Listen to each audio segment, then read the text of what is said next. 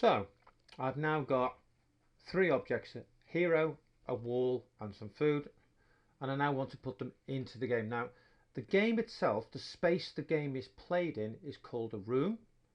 So I click on resources and I need to create a room.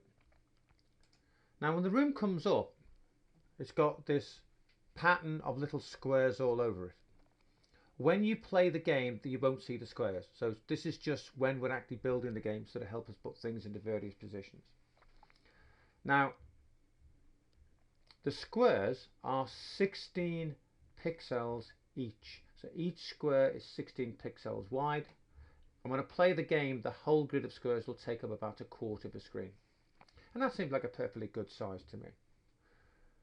So what I need to do next now is I'm going to put my hero into it. So I'll click down here. It's the objects I'd like to add. I can click on the hero and put him on there, and well, as we said earlier, he's a little bit on the large side. If I put him in the wrong place, I can place a second one and a third one with the left mouse button, and the right mouse button will delete him. So he's too big. So to change the size of him, I need to go back to the sprite itself. Okay, so I'm going back to the picture and I want to edit that sprite. And what I want to do is I want to transform and stretch. Now stretch is a funny word because it immediately makes you think of making something bigger. Of course I don't want to make it bigger, I want to make it smaller.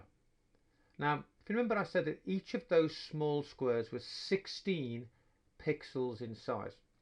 Okay, so pixels is a measure of size, and I'd like my hero to take up 4 of those squares. So if each square is 16 wide, 2 of them would be 32 pixels wide. Now also the moment if I change one, it changes the other, so I need to untick keep aspect ratio. I need to untick this box here. So I wanted 32 wide and I wanted 32 tall. So it's going to fit inside 4 of those squares. Okay, click OK, click the tick again and go click OK and go back to the room. See, now the hero fits inside 4 of those squares. Next I'm going to add a wall.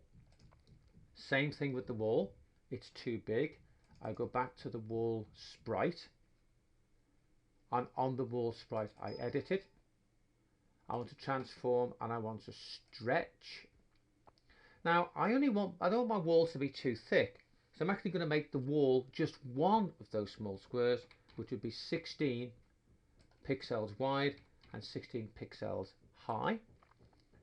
Click on the tick, click OK, and now in the game my wall just takes up one single square.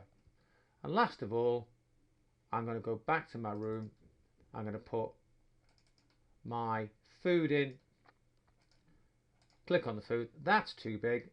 I want the food, I think, to also just be one of these squares big. I don't want it to be the same size as the hero.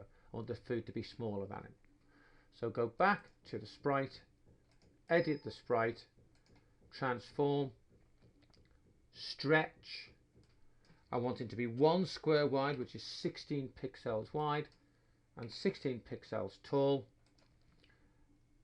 Give it a tick, click OK, and now my food just takes up one single square.